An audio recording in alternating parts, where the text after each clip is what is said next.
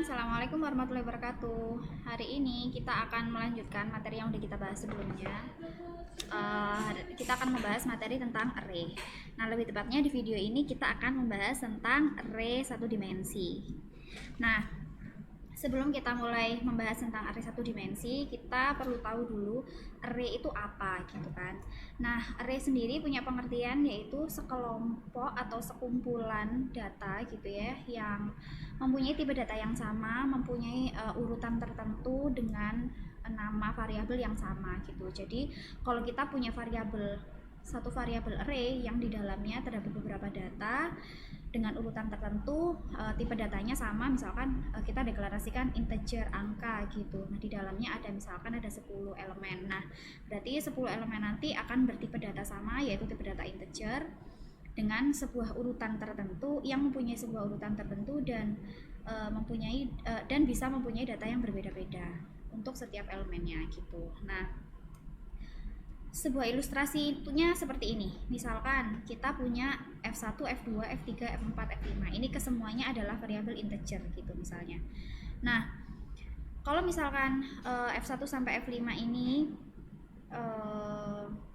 kita merupakan sebuah memiliki tipe data yang sama gitu. Nah, itu bisa kita kelompokkan menjadi sebuah variabel array gitu. Nah, nantinya bentuknya akan berubah menjadi misalkan integer f gitu yang mempunyai 5 anggota. Seperti itu. Nah, ini sudah dijelaskan juga di modul pengertiannya seperti apa, nanti teman-teman bisa baca sendiri. Nah, di dalam array itu sendiri punya beberapa jenis gitu ya, ada array 1 dimensi, 2 dimensi maupun multidimensi. Apa yang dimaksud dengan dimensi sih? Nah, penulisan array itu kan seperti ini ya. Nah, ini misalnya ada ujian, terus ada kurung siku, di dalamnya ada 0. Nah, ujian ini adalah nama variabel array-nya, kemudian yang di dalamnya kurung siku ini adalah adalah indeksnya gitu. Nah, kalau misalkan ada ujian terus dalam kurung 0, nah itu berarti variabel ujian indeks ke 0. Ujian dalam kurung 1 berarti variabel ujian indeks ke 1. Nah, itu untuk pemanggilannya. Kalau untuk deklarasinya sendiri itu seperti ini, misalkan ada integer ujian dalam kurung 4, berarti variabel ujian ini nanti akan mempunyai 4 elemen, dimana elemennya itu dimulai dari indeks ke 0 gitu. Jadi nanti akan ada ujian ke 0, ujian ke 1, ujian kedua, dan ujian ketiga. Maka dia punya 4 anggota atau 4 elemen gitu. Nah, untuk masing-masing elemennya tuh nilainya bisa berbeda. Contohnya kayak ini tadi kan, ujian ke 0 nilainya bisa 78, ujian ke 1 nilainya bisa 84, beda dengan ujian ke 0, beda dengan ujian kedua dan ketiga dan seterusnya. Gitu. Ini cara deklarasinya, kemudian ini cara pemanggilan indeksnya gitu. Nah, selanjutnya mungkin kalau untuk penjelasan lebih jelasnya tentang array 2 dimensi ataupun multidimensi akan kita bahas di video setelah ini gitu ya, video selanjutnya nanti. Kita di sini fokus ke array 1 dimensi dulu, tapi tak jelaskan sekilas array 2 dimensi itu seperti apa. Kalau 1 dimensi itu kan ya udah dia cuma punya 1 dimensi gitu, jadi ya ini tuh bisa disebut dengan dimensi gitu, cuman 1 dalam kurung sikunya ini cuma ada 1. Kalau misalkan 2 dimensi ya berarti ada 2, misalnya integer ujian, misalnya gini ya, misalnya integer ujian 4 tadi kan gini. Nah, ini 1 dimensi. Kalau 2 dimensi gimana? Itu bentuknya jadi ada 2 kurung siku misalnya gini. Nah, atau bahasa gampangnya tuh kalau 1 dimensi itu dia cuma punya baris aja, tapi kalau 2 dimensi itu dia punya baris dan kolom. Memang biasanya array 2 dimensi ini dianalogikan kayak sebuah matriks gitu, jadi punya baris dan kolom. Kalau multidimensi gimana? Multidimensi berarti ya bisa 3 dimensi, bisa 4 dimensi dan seterusnya. Ya udah tinggal ditambah aja ininya gitu. Misalnya begini. Nah, ini 4 dimensi dan seterusnya. Kayak gitu. Nah, selain berdasarkan jumlah dimensinya, array itu juga bisa dibedakan menurut pengalokasian memorinya. Jadi ada yang namanya array statis sama array dinamis. Bedanya apa sih? Kalau array statis kebetulan di modul emang nggak ada karena kita nggak bahas lebih jauh tentang array statis dan dinamis, tapi cuma dibahas sekilas-sekilas aja. Nah, kalau array statis tuh gini, misalnya nih kita langsung masuk ke program ya. Kalau kita secara umum penggunaan array itu kan biasanya kita deklarasikan misalnya array data dengan jumlah elemen 5 misalnya. Nah, ini namanya array statis. Kenapa?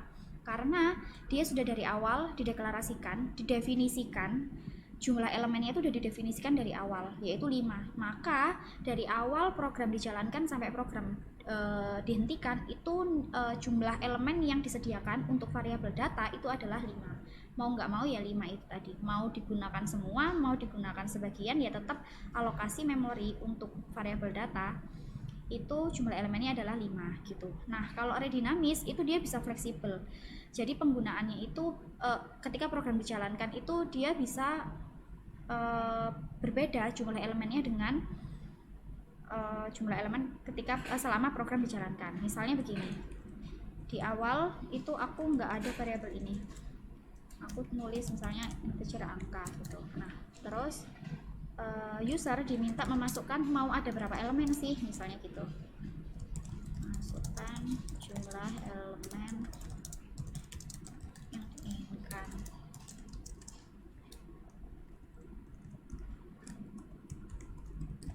Kemudian ini tak simpan di variabel angka. Nah, ini baru aku mendeklarasikan sebuah data yang sebuah variabel array yang tak kasih nama data dengan jumlah elemen angka. Nah, maka ini jumlah elemen data ini dia bisa dinamis tergantung dengan inputan usernya itu tadi gitu. Nah, untuk membuktikannya sebenarnya tadi aku udah menyiapkan supaya nggak lama-lama. Jadi aku udah nyiapin bentuk kayak gini untuk membuktikan apakah benar jumlah elemen data ini sesuai dengan jumlah yang diinputkan sama user. Nah, nanti user diminta untuk menginputkan, kemudian ditampilkan lagi.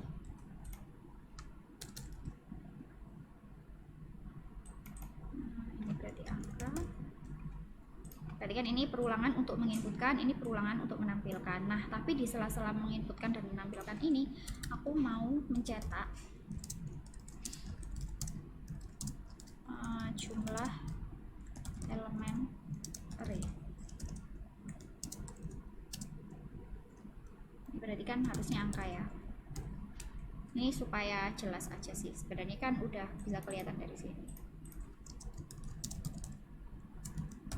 Nah, sekarang kita coba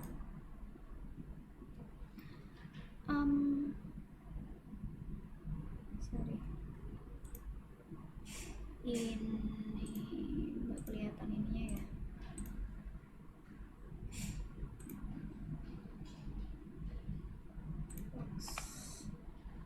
Invalid type integer.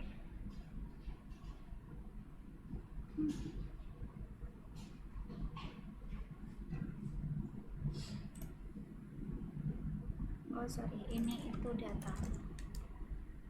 Angka itu kan jumlah elemennya. Nah, misalnya yang diinginkan ada 5. Berarti kan nanti ada, kalau 5 berarti kan nanti ada indeks ke 0, 1, 2, 3, 4. Nah, ini data pertama adalah misalnya 7, 6, 5, 4, 3. Nah, jumlah elemennya ada 5. Data pertamanya yang diinputkan adalah 7, kedua 6, kemudian 5, 4, 3. Berarti kan udah sesuai ya. Berarti sudah sesuai dan ini sudah cukup membuktikan. Berarti kalau array dinamis itu bisa dengan cara seperti ini untuk membuktikan bahwa jumlah elemen itu bisa fleksibel. Contohnya kalau tadi kita inputkan 5, sekarang 3, apakah dia akan berubah? Nah, dia mengikuti sesuai dengan jumlah inputan besar. Nah, jadi ini yang membedakan antara array statis dan dinamis. Kalau array statis itu kan anggaplah kalau misalnya ini tuh di sini udah ada data 5 gitu. Berarti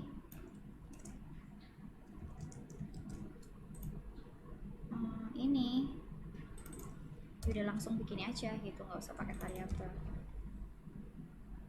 Nggak perlu.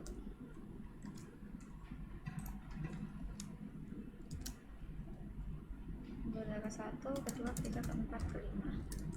5, 2, 3, 4, 5. Jadi mau nggak mau sampai akhir ya akan begini gitu. Nah itu perbedaan statis sama dinamis. Kemudian tadi ada lagi array 1 dimensi dan 2 dimensi ya. Kalau 2 dimensi nanti akan kita jelaskan, kita bahas lebih lanjut di pertemuan selanjutnya, di video selanjutnya. Nah kalau sekarang kan kita fokusnya 1 dimensi. Jadi ini penggunaan 1 dimensi. Ini penggunaan ketika deklarasi dan ketika deklarasi. Kalau definisi itu bisa kita definisikan juga di sini. Misalnya elemennya udah ditentukan, yaitu misalnya 6, 5, 4, 3, 2. Nah ini berarti kita nggak perlu di input, kita langsung cetak. Nah 6, 5, 4, 3, 2. Nah ini kalau kita mau mendefinisikan nilai dari variabel array itu, kita definisikan di awal, atau mau kita inputkan sesuai keinginan user juga bisa. Jadi ini untuk deklarasi, kalau ini untuk definisi. Kemudian kalau input, kita misalkan butuh input, berarti ya kayak gini.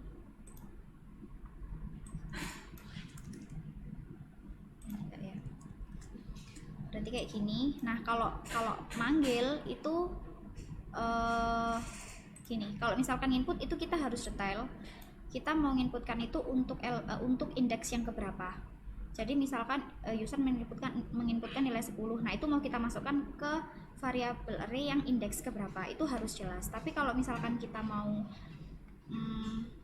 misalkan kita punya function ya, ini contohnya tadi aku udah bikin. Misalnya kita punya function cetak, jadi misalnya di main ini dia cuma input aja, nyetaknya nanti ada di function yang lain gitu misalnya, dimana function itu menggunakan sebuah parameter array. Nah ini jumlah elemennya. Nah itu kita bisa nulis di sini. Misal ini kan tadi yang untuk input ya, itu sama kayak yang tadi kita bahas di yang ini. Nah kemudian aku mau ngitung nih jumlah elemennya berapa sih kalau misalkan kita nggak pakai angka ini. Nah itu bisa pakai ini. Jadi ini sebuah function yang sudah disediakan sama C++. Bentuknya ya udah harus kayak gini. Ini emang bentuknya udah kayak gini. Jadi ini adalah variabel array-nya. Terus kita kasih kayak gini, size of. Terus variabel array-nya apa, dibagi dengan size of variabel index ke 0 gitu. Ini rumus untuk menentukan jumlah elemen array dalam sebuah variabel array itu gitu. Itu kalau kita nggak tahu ya nilai elemen array-nya berapa. Tapi karena kita udah tahu, karena kita kan jumlah elemennya kan kita minta user menginputkan. Jadi sebenarnya di sini tinggal masukkan angka aja gitu. Jadi angka akan masuk ke elemen. Kemudian nah data ini itu kan variabel array. Nah kalau kita mau masukkan ke kayak parameter array gini, kita nggak usah nulis data indeks ke sekian sekian sekian. Kalau kita memasukkan semuanya dari indeks ke 0 sampai terakhir, ya udah kita cukup tuliskan data gitu aja. Nanti di sini dia akan masuk sebagai variabel array yang punya elemen dari 0 sampai inputan user gitu. Misalnya ini kita jalankan aja. Misalnya ada 5 elemennya. Yang pertama adalah 2, 4, 3, 1, 5. Nah 2, 4, 3, 1, 5 kasus oke. Kalau ini diabaikan aja ya, karena ini kan tadi coba-coba sih pakai rumus ini dan ternyata terbukti memang ini rumus untuk mendapatkan nilai jumlah variabel. Jadi nanti ini bisa teman-teman gunakan kalau memang dibutuhkan gitu. Jadi sampai sini aja penjelasan dari materi ini, array 1 dimensi. Semoga bisa membantu teman-teman untuk belajar. Barangkali ada yang lebih enak belajar dari video kan. Jadi ada opsi gitu. Nanti modulnya juga tetap ada dan tetap akan diupload di Brilliant gitu. Terima kasih atas perhatiannya. Videonya saya akhiri. Assalamualaikum warahmatullahi wabarakatuh.